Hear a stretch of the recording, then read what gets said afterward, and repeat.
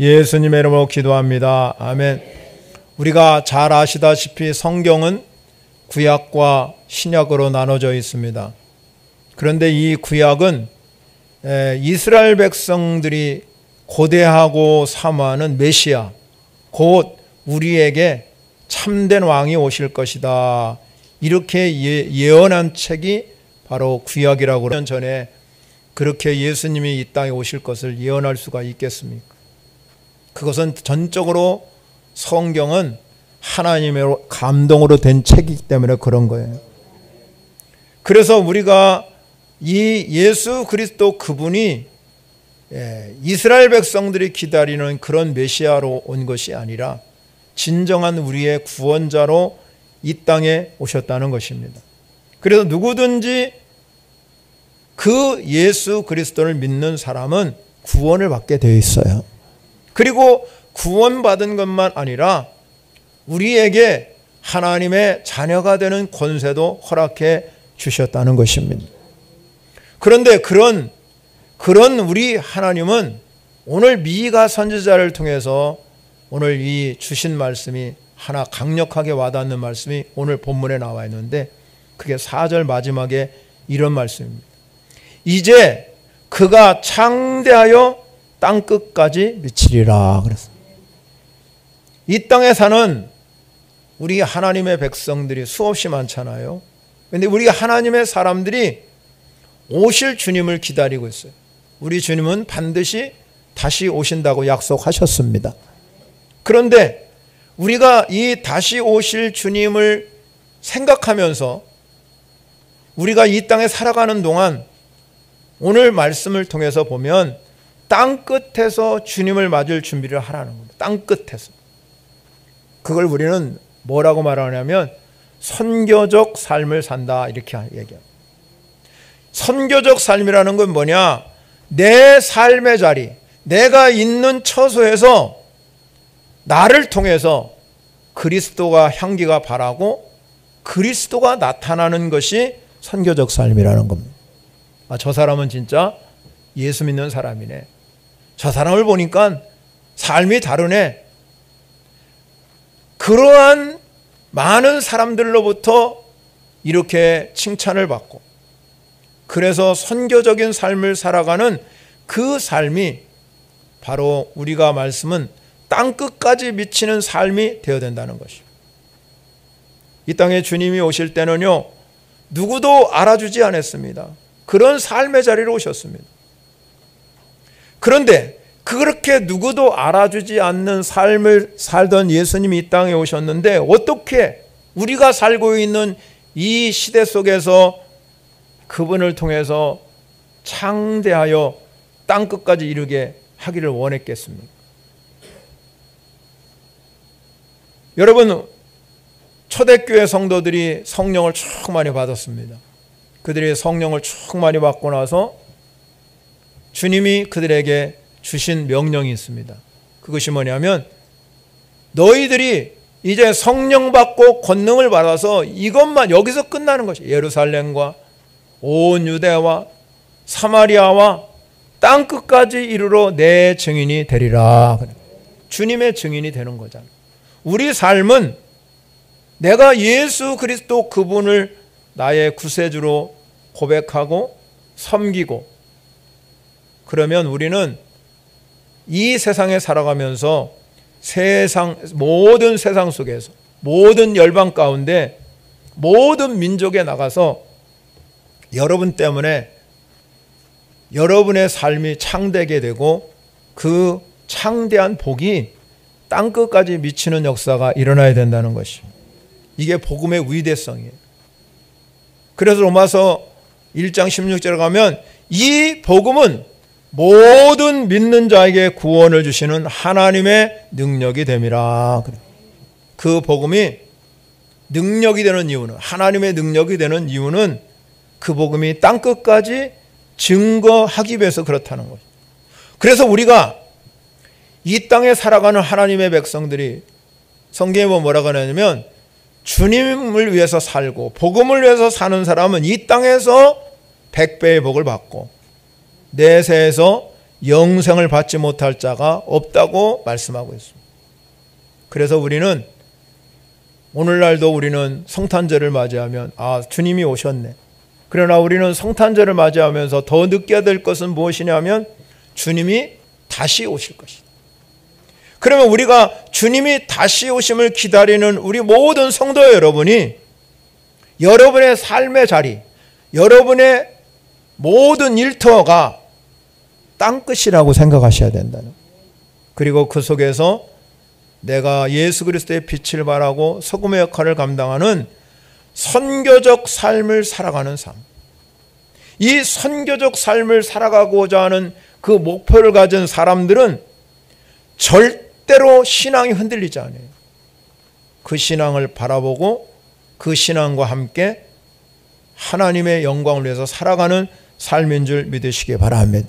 왜냐하면 어떤 상황과 형편이 온다 할지라도 내가 살아가는 삶은 주님이 나와 함께하는 삶이기 때문에 내 안에 하나님의 영으로 충만한 삶을 살아가기 때문에 바울이 고백한 것처럼 나의 나 된 것은 하나님의 은혜다. 그런 고백이 우리 가운데 있다고 그러면 그 삶은 정말로 하나님이 인정받는 삶이 된다는 것입니다. 왜 우리가 나의 나 된 것은 하나님의 은혜가 될까? 왜 은혜가 될까? 의심 많은 도마가 고백한 것과 똑같습니다. 나의 주, 나의 하나님이기 때문에 은혜가 되는 것입니다. 여러분, 예수님이 계실 때에 그 전에 모든 이스라엘 백성들은 정말로 희망이 없었습니다. 미가 선지자가 이 글을 쓸 때도 희망이 없었어요. 민족은 멸망해가고 예루살렘과 성전은 함락되는 그런 슬픔을 이들이 맛보고 살아갔습니다. 희망을 찾아보기는 너무나 힘든 삶이었어요. 깊은 좌절과 절망에 빠질 수밖에 없는 그런 상황이었어요. 그러나 하나님께서는 미가 선지자뿐만 아니라 그 외의 많은 선지자들에게 똑같이 말씀하기를 이 땅에 이스라엘의 왕으로 보내주실 것이다. 그런데 그분은 바로 메시아다. 메시아라는 뜻은 그리스도라는 뜻입니다. 여러분, 인간적으로 생각할 때 정말로 왕이 오신다, 메시아가 오신다고 생각하면 그분들은 메시아가 이 땅에 오실 때는 그 사람은 환영을 받고 칭송을 받아야 되는데, 근데 우리 주님 오실 때는 누구도 알아주지 아니하고 누구도 이 예수님을 알 수 없는 아주 낮고 천한 모습으로 이 땅에 나타나셨습니다. 그분이 바로 예수 그리스도인 걸 믿으시기 바랍니다.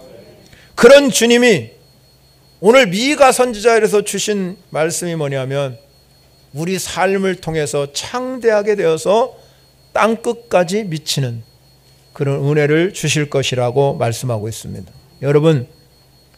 여러분이 진짜 인생을 살아가면서 예수 그리스도가 나의 주인이심을 고백한다면 오늘 말씀을 통해서 우리의 삶이 창대하게 되고 땅끝까지 이르는 축복을 받게 될 줄 믿으시기 바랍니다. 그럼 미가 선지자가 700년 전에 예언한 이 메시지 중에서 이 땅에 오실 메시아는 어떻게 오실 것이고 그 삶이 우리에게 어떻게 땅끝까지 이를 것인가를 살펴보도록 하겠습니다. 오늘 본문 2절에 보면 작은 땅 베들레헴에 오신다고 말씀하고 있습니다. 미가 선지자는 오늘 성경 2절에 보면 베들레헴 에브라다야 이렇게 말씀하고 있습니다.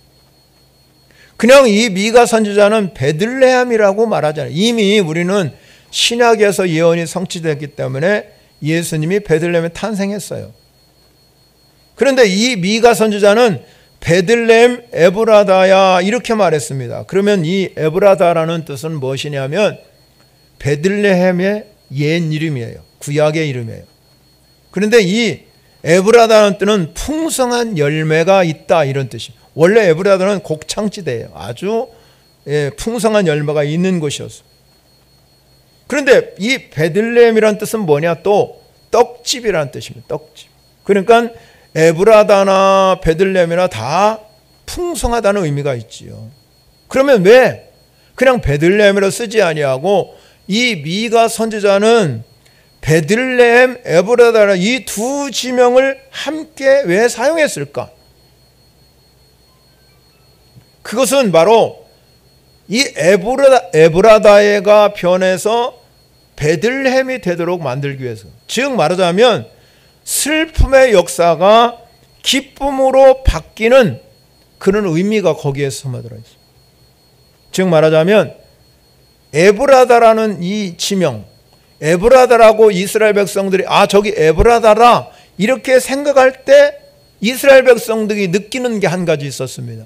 그게 뭐냐면 야곱이 가장 사랑하던 아내가 누구냐면 라헬입니다. 라헬에게는 이 다산의 은혜를 안 주셔서 아들 둘만 낳습니다.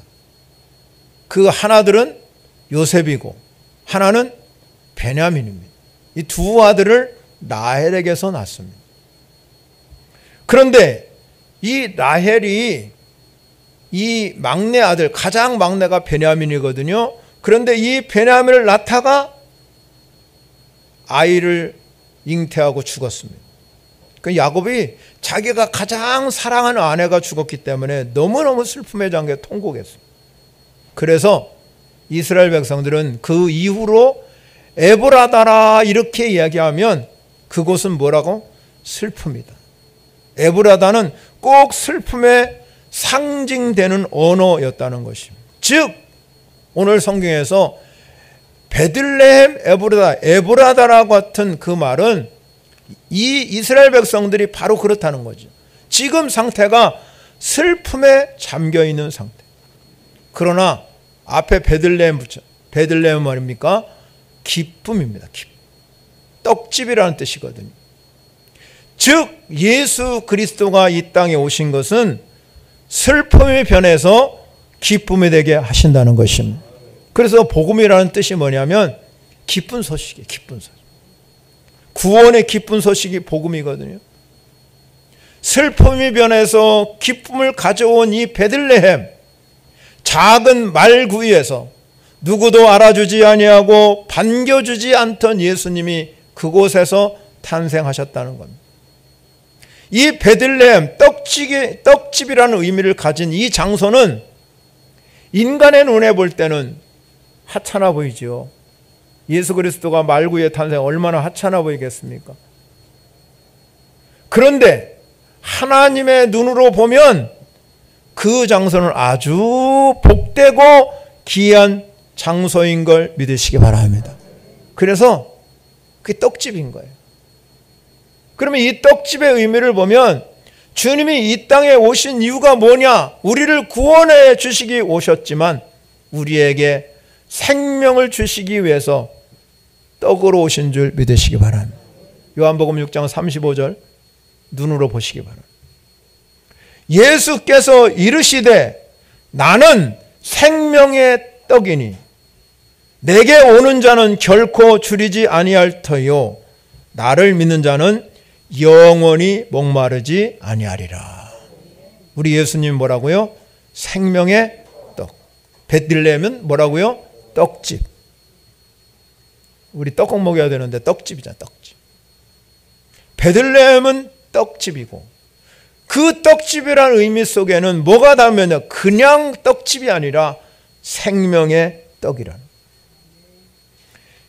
그 당시에 메시아를 고대하던 많은 사람들이 전혀 예상 못한 이 작은 도시, 보잘것없는 그 베들레헴에서 예수 그리스도는 우리의 영혼을 먹이시는 분으로 오셨다는 것입니다.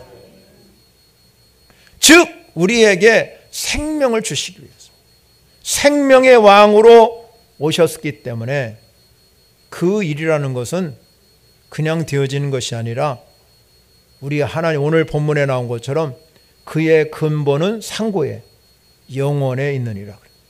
즉 이 구원의 놀라운 역사는 하나님이 이 태초부터 이미 준비하시고 우리를 구원하기 위한 계획이 있었다는.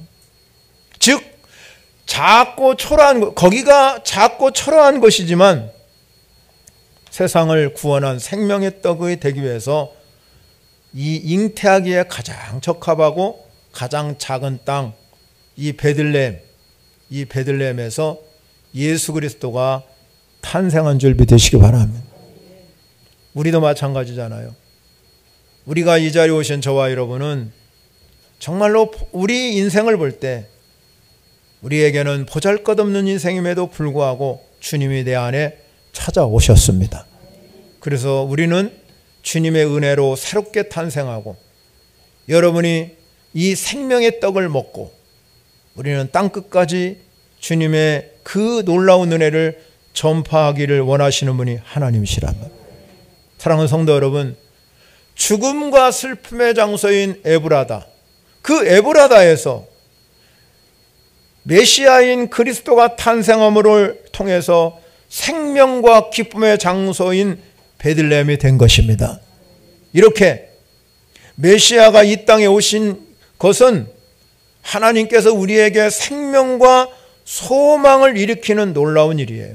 그리스도가 이 산에 오시기 전에는 소망이 없지요. 절망이었습니다. 낙심이었습니다. 슬픔과 죽음의 그림자만 우리 안에 가득 차여 있었습니다. 즉 세상을 볼 때 거대한 무덤과 같았습니다. 그런 세상 속에서 예수 그리스도가 오심을 통해서 생명의 역사가 일어난 거예요. 우리는 그래서 오늘 저와 여러분에게 새 생명의 은혜가 임한 줄 믿으시기 바랍니다.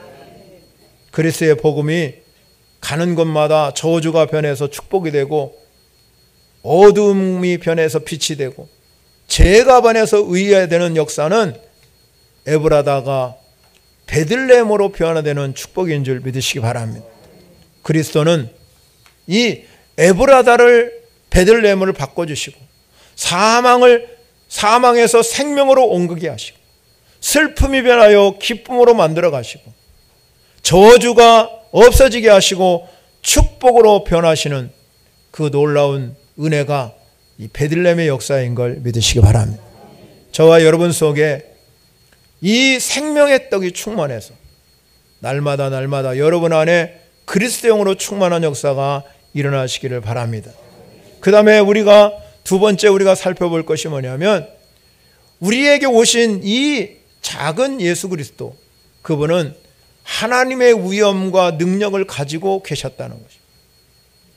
여러분, 베들레헴에 오신 예수님은 이사야 선지자도 예언을 이렇게 했습니다. 이사야서 53장 2절에 보면 이렇게 기록하고 있습니다.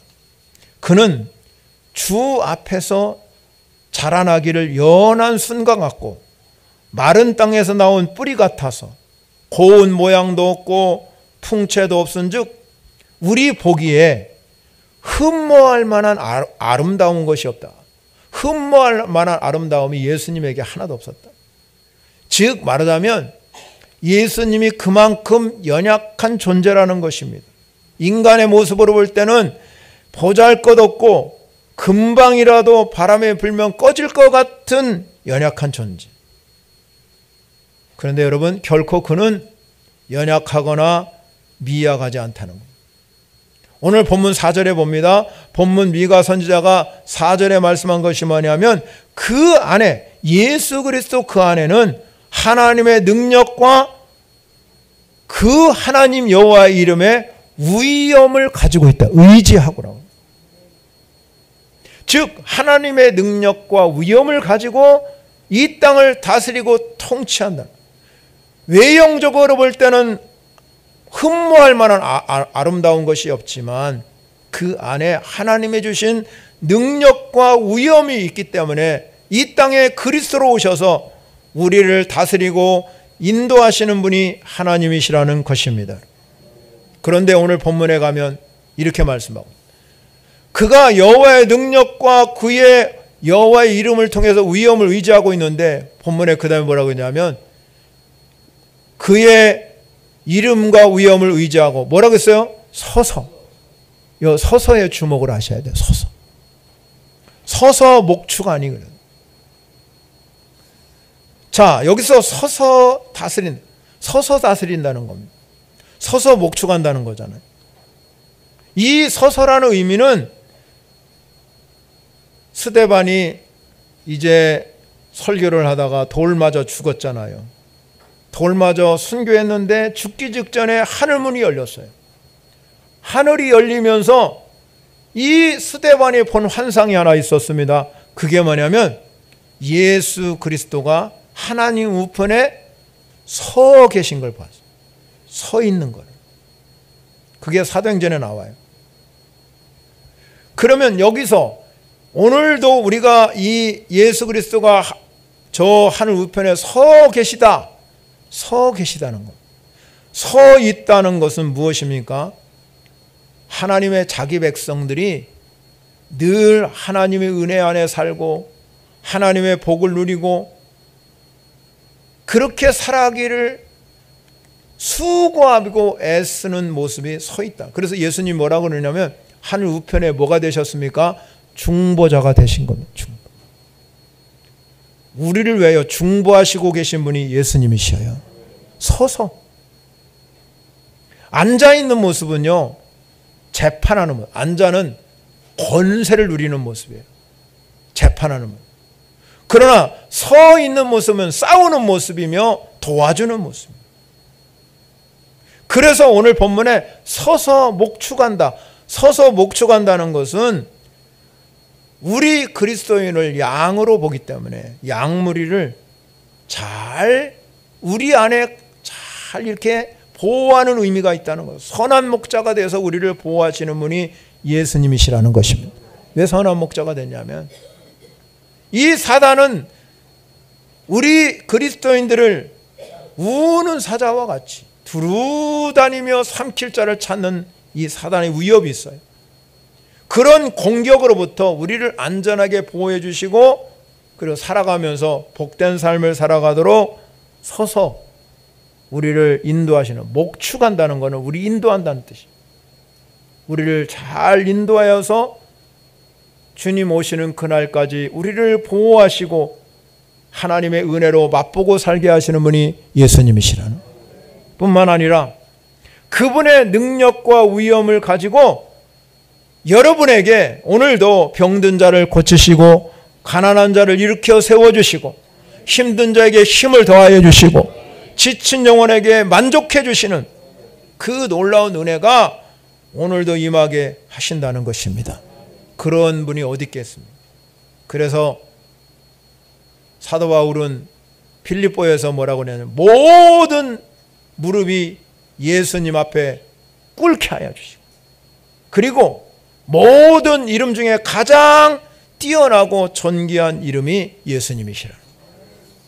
그분은 지금도 하늘 우편에서 중보자가 되어서 우리가 어떤 상황과 어떤 형편에 처해 있더라도 그분의 위엄과 능력으로 우리를 다스리고 지켜주시고 인도하시는 줄 믿으시기 바랍니다. 그러므로 우리는 그분의 힘과 능력과 권세를 의지해서 여러분은 매일매일 삶 가운데서 승리하시기를 바랍니다. 오직 주님을 의지할 때 우리는 하나님의 그 놀라운 능력과 위엄이 우리를 다스리고 보호하시고 인도하시는, 그래서 예수님을 가리켜서 임마누엘이라고 말씀한 것은 우리가 세상을 살아가면서 세상 끝날까지 내가 너희와 항상 함께 있을 것이다.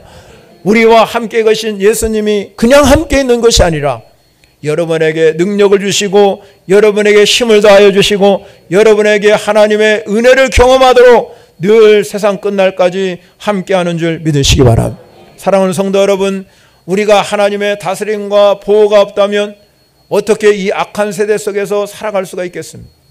그런 세상 속에서 우리를 지키시고 보호하시는 하나님의 능력과 그의 이름의 위엄이 있기 때문에 우리는 오늘 또 늘 승리하며 인생을 살아갈 수 있는 줄 믿으시기 바랍니다. 여러분 안에 이 하나님의 은혜가 넘쳐 흐르시기를 바랍니다. 마지막 세 번째는 오늘 본문 5절에 이 사람은 평강이 될 것이다. 평강으로 오신다는 것입니다. 예수님께서 여러분 탄생할 때 누가복음에 자세히 기록되어 있습니다. 아우구스트 왕이라는 이 로마 황제가 모든 칙령을 내려서 호적을 하도록 만들었습니다. 예수님도 호적하라 자기 고향 땅인 베들레헴으로 내려갔습니다. 베들레헴에 내려가 보니까 수많은 사람들이 몰려왔습니다. 그래서 여관마다 다 이미 다 차서 갈 곳이 없어서 말구에 내려가신 거예요. 이 마리아는 자기가 잉태할 날이 가까웠기 때문에 너무나 두려운 거예요. 그러니까 천사가 나타나서 뭐라고 그러냐면 무서워하지 말라. 보라, 내 온 백성에게 미칠 큰 기쁨의 좋은 소식을 너에게 전할 것이다. 그래서 예수 그리스도가 강보에 쌓여서 아기가 이 세상에 탄생했습니다. 그런데 호련히 수많은 천군이 그 천사들과 함께 나타나서 예수님을 찬송합니다. 세상 사람은 알아주지 않았지만 천군 천사는 하나님을 찬송하면서 이렇게 우리가 말씀하고 있습니다. 누가복음 2장 14절에 가면 지극히 높은 곳에서는 하나님께 영광이요 땅에서는 하나님이 기뻐하신 사람들 중에 평화로다 하니라. 예수님은 우리의 죄를 구원하기 위해 오신 분이시지만 이 땅에 우리에게 평강을 주시기 위해 오신 분인 줄 믿으시기 바랍니다. 그리스도 밖에 있는 사람, 세상 사람들은 경제적인 힘, 정치적인 힘, 권력의 힘, 군사적인 힘을 의지하려고 그러지만 거기에는 참된 평화가 없습니다. 그러나 우리가 그런 힘, 그 모든 힘을 의지하지 않는다 할지라도 우리는 예수 그리스도를 의지하면 우리 안에 참된 평강이 찾아올 줄 믿습니다. 왜 그렇습니까? 예수 그리스도 그분이 자체가 본질이 평강이기 때문에. 그래서 자신을 가리켜서 나는 평강의 왕이다. 그렇게 말씀하고 있는 것입니다. 여러분이 정말로 예수 그리스도를 주인으로 믿고 그분을 왕으로 모시게 되면 여러분 안에 참된 평화가 임할 줄 믿으시기 바랍니다.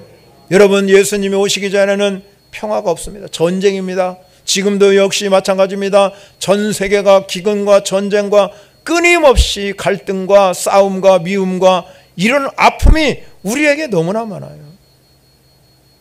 사람이 태어날 때부터 우리가 여러분 여러 가지 어려움을 통해서 허덕이고 고통당하고 결국은 우리가 마지막에 가면 죽음이라는 그런 비참한 결과를 맞이할 수밖에 없습니다.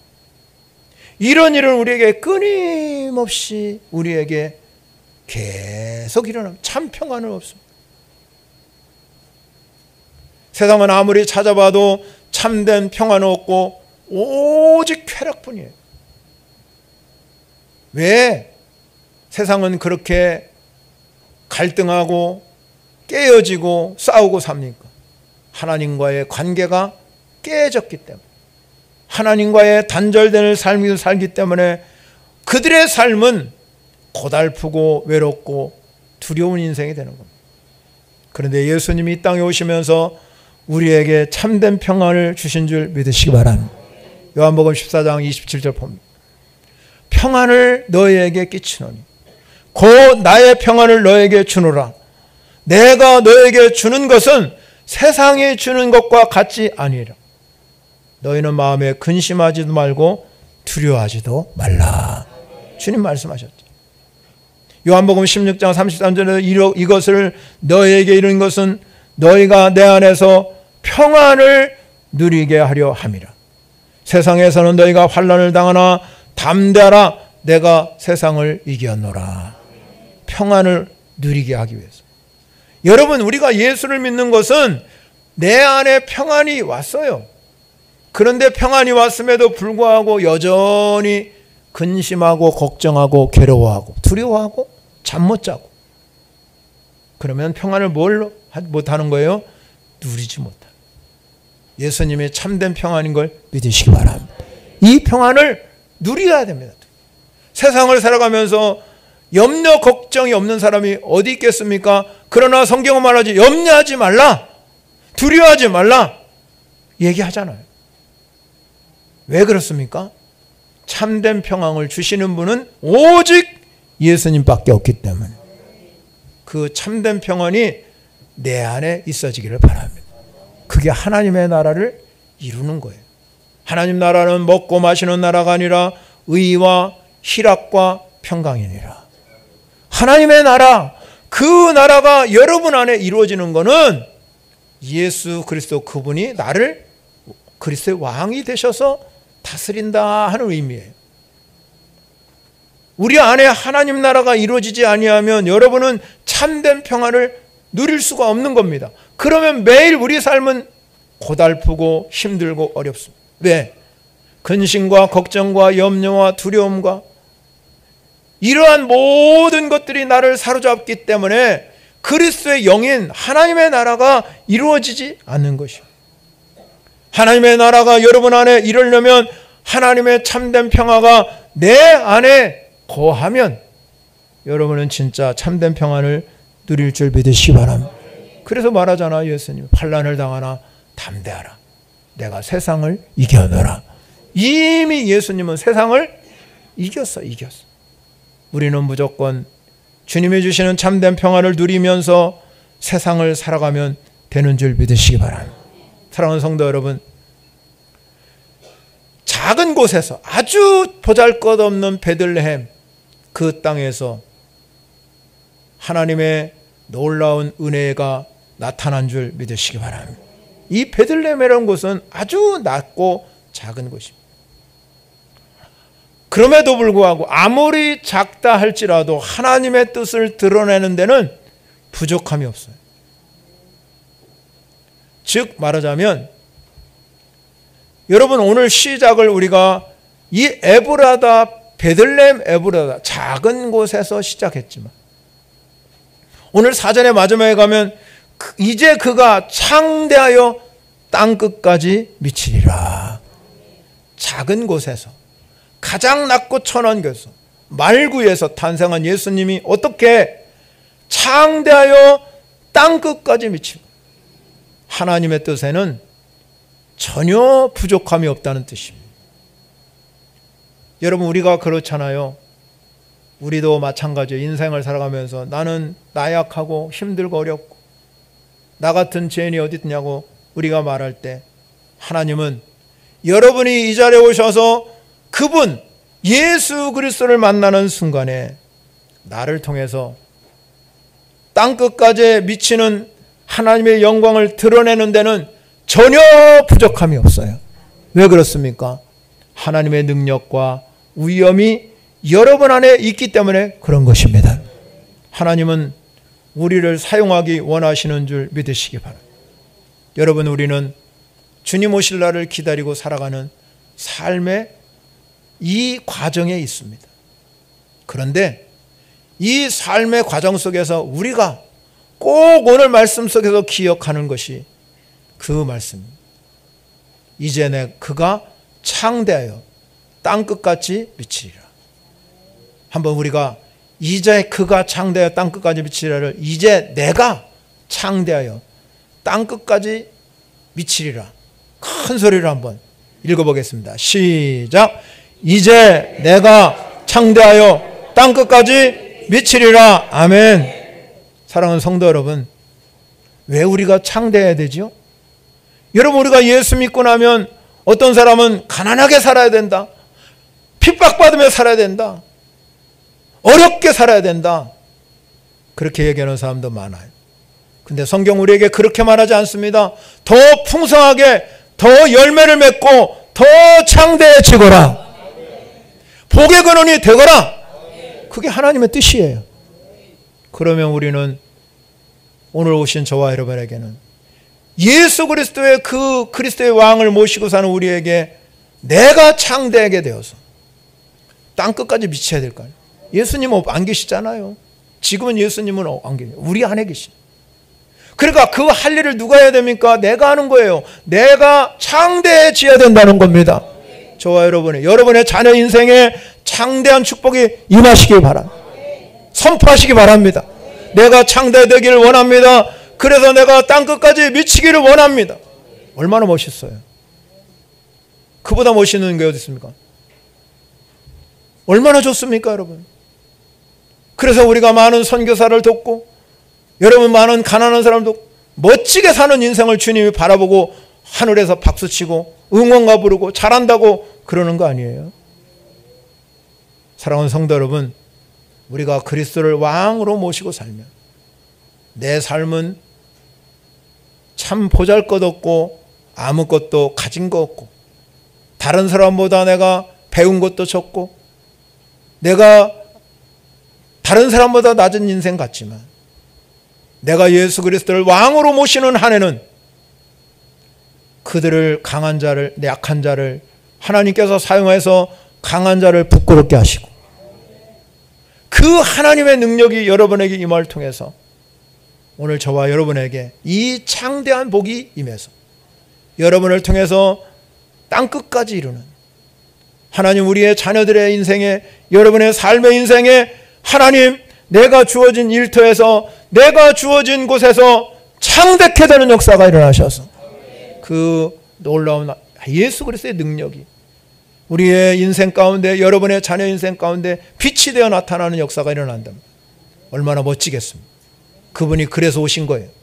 그냥 우리만 구원하게 오신 게 아니라 여러분의 삶을 응원하고 창대하기 위해서 오신 그 예수를 찬양하시는 저와 여러분이 되시기를 축원합니다. 찬양 어려운 거 올려드리는 말씀을 생각하며 찬양하겠습니다.